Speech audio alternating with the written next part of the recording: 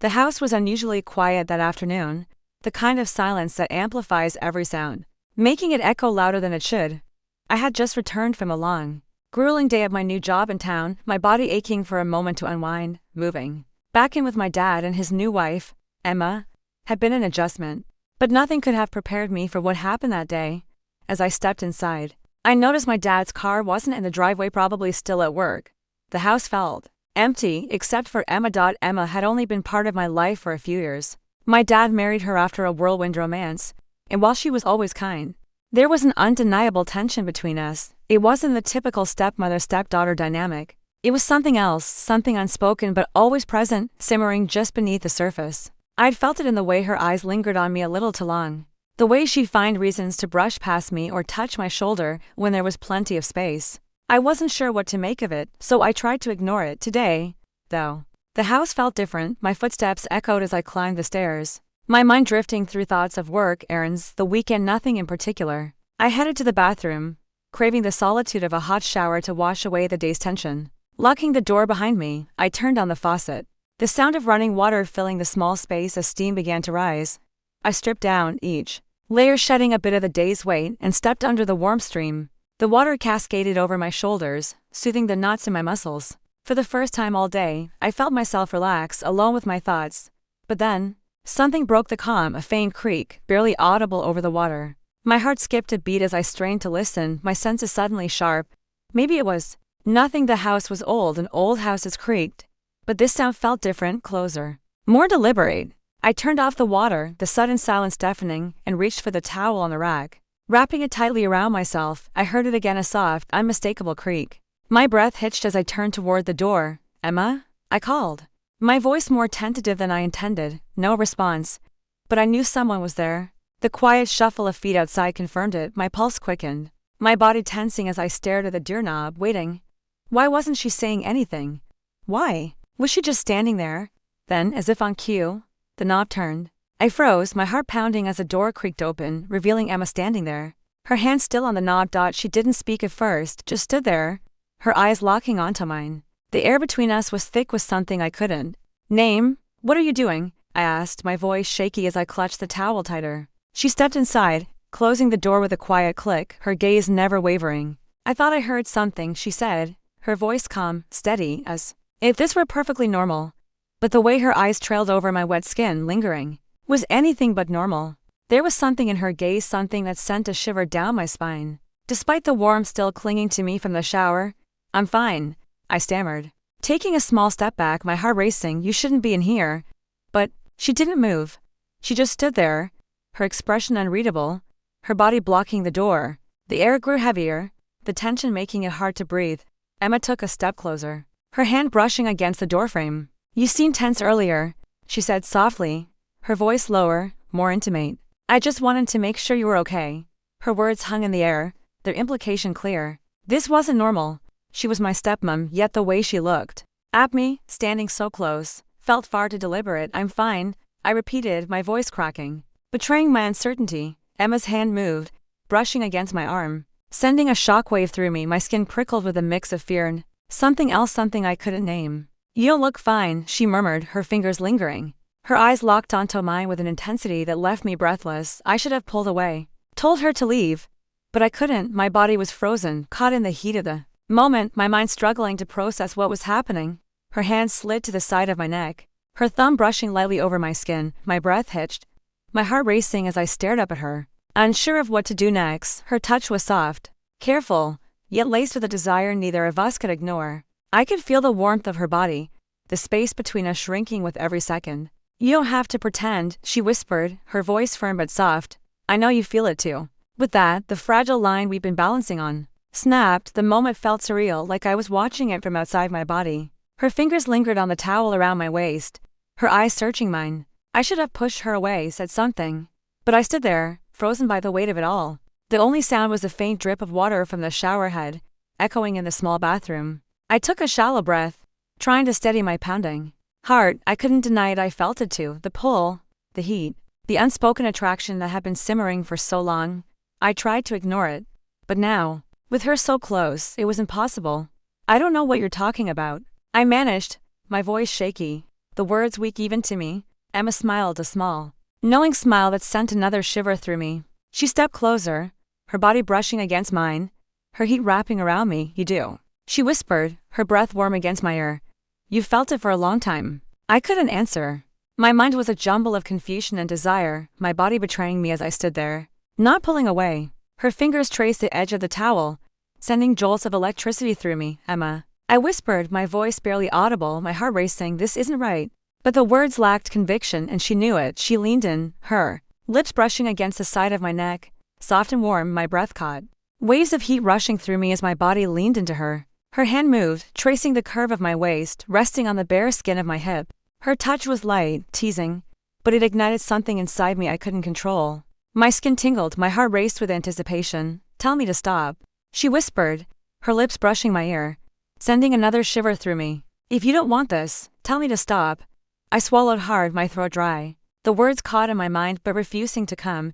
I couldn't say them, I didn't want to. Instead, I stood there, my breath coming in shallow gasps, my body trembling with fear and desire. I knew I should stop this, but I didn't. I stayed trapped in the moment, her hand moving higher, brushing against my skin, sending shockwaves through me. She pulled back slightly, her eyes searching mine for any sign of resistance, but there was none. I was caught, intoxicated by her touch, her gaze. The way she looked at me, the way her hand felt, it was overwhelming, and I didn't want it to end. This can't happen, I whispered, my voice trembling.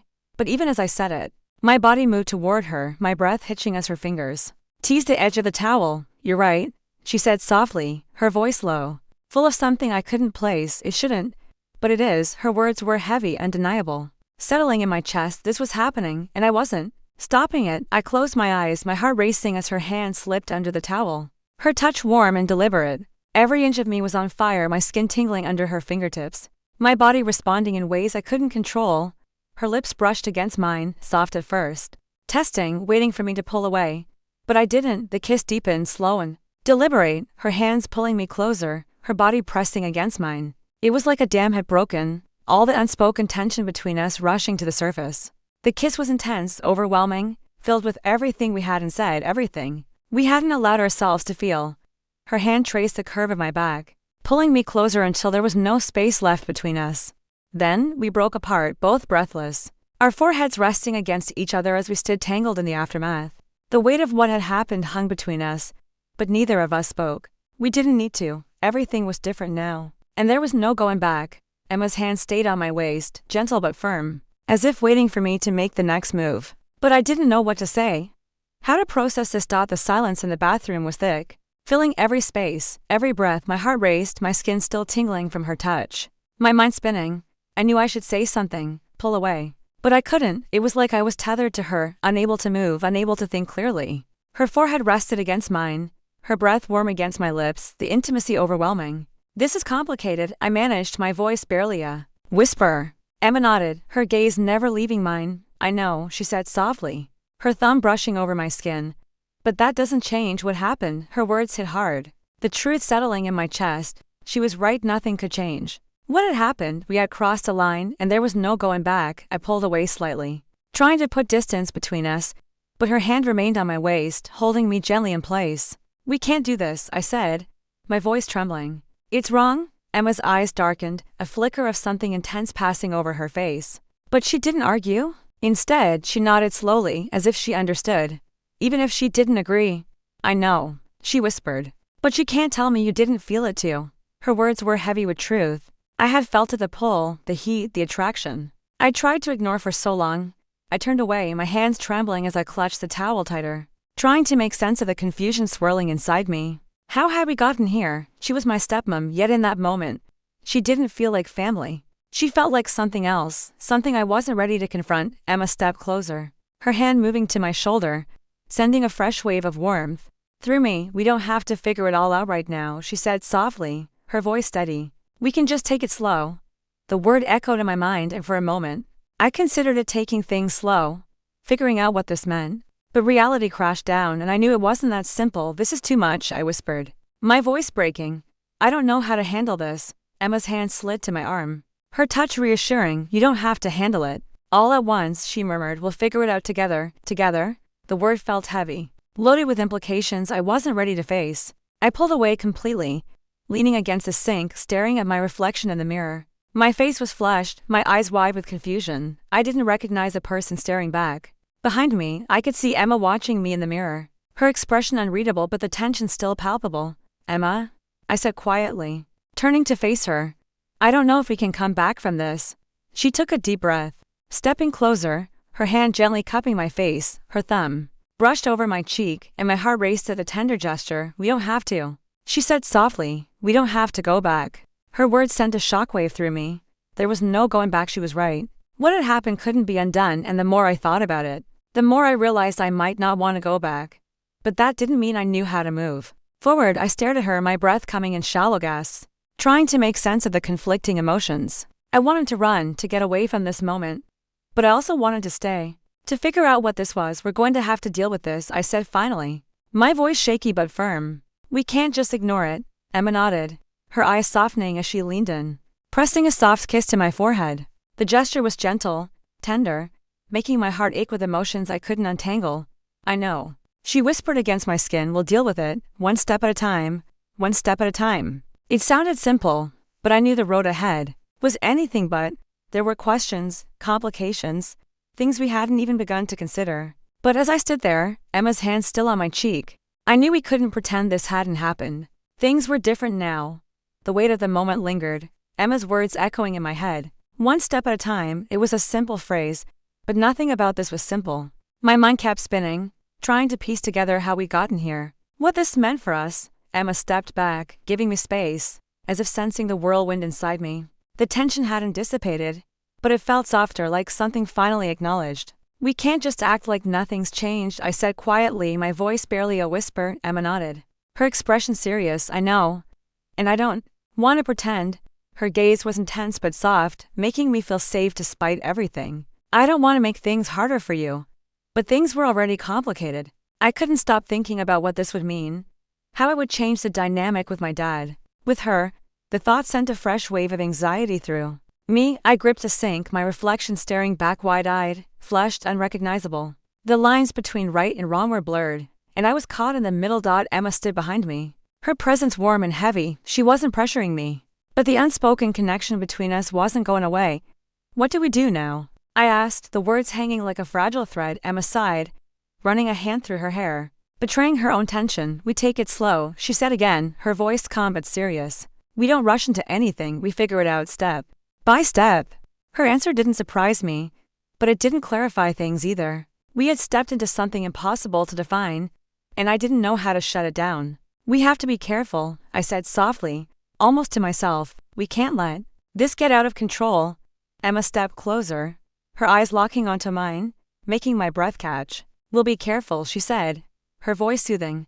"I don't want to hurt you." Her words brought a strange calm. Knowing she was as cautious as I was, she reached out, her hand brushing my arm, the touch light but reassuring. "We don't have to have all the answers right now," she continued. "We'll figure it out. Together." The word was both a comfort and a promise I wasn't sure I was ready for. But I couldn't deny I wanted it. I nodded slowly, not trusting myself to speak. The feelings between us were undeniable, no matter how wrong they felt. For a moment, we just stood there, the air charged with fear, excitement, desire, and uncertainty. I could see the same confusion in Emma's eyes, but beneath it, something deeper, something that told me she was thinking long-term. "We'll take it one day at a time," she said, almost to herself. As if reassuring us both, she reached out, cupping my cheek, and the gesture was so gentle it made my heart ache. Her touch was tender, unlike anything I'd felt from her before. I leaned into her hand, closing my eyes, letting myself feel the warmth of her skin for a second. The world outside didn't matter, it was just us, caught in a fragile, important moment, after what felt like ours but was likely only moments. I pulled back, opening my eyes. "This changes everything," I whispered, my voice shaky but honest. Emma nodded, her eyes softening. "I know," she said, her voice filled with quiet understanding. "But maybe that's not a bad thing." Her words lingered, and for the first time, the overwhelming fear began to fade. Maybe it wasn't a bad thing. Maybe this was something we needed to explore. Even if it was complicated, we'll figure it out, I said, more to myself than to her. She smiled softly, as if she understood exactly what I meant. As the tension began to fade, I realized that whatever came next, we would face it together. It wouldn't be easy. There were still so many unanswered questions, so many complications. But for now, this was enough. Emma leaned in, pressing another soft kiss to my forehead. A gesture that felt like a promise to take this one step at a time, to figure it out together, no matter how difficult it might be. I smiled up at her, a strange mix of relief and anticipation settling in my chest. This wasn't going to be easy, but nothing worth having ever was, and as we stood there, the weight of the moment no longer suffocating, I knew one thing for sure. Whatever happened next, we would face it together, one step at a time.